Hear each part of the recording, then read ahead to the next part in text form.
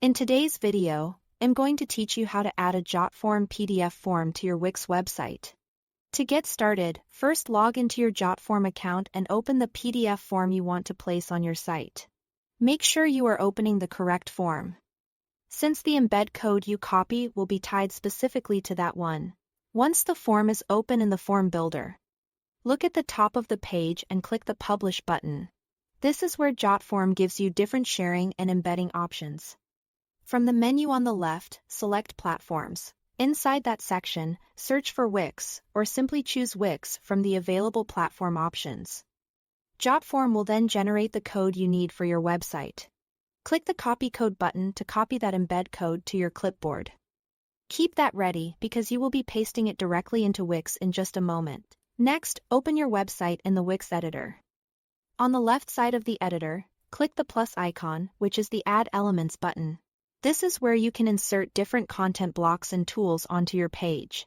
From there, go to the Embed section and choose Embed a Widget, or Embed HTML, depending on the version of the editor you are using. Both options are designed to let you paste in external code. After adding the HTML element to your page, click Enter Code in the Widget Settings box. Paste your Jotform code into the field provided. One important detail here is to make sure the code uses HTTPS, because secure code is required for proper display on most modern websites. Once everything is pasted in correctly, click Update to apply the code. Your form should now appear inside the embedded element on the page. At this stage, take a moment to resize the width and height of the HTML box on your canvas.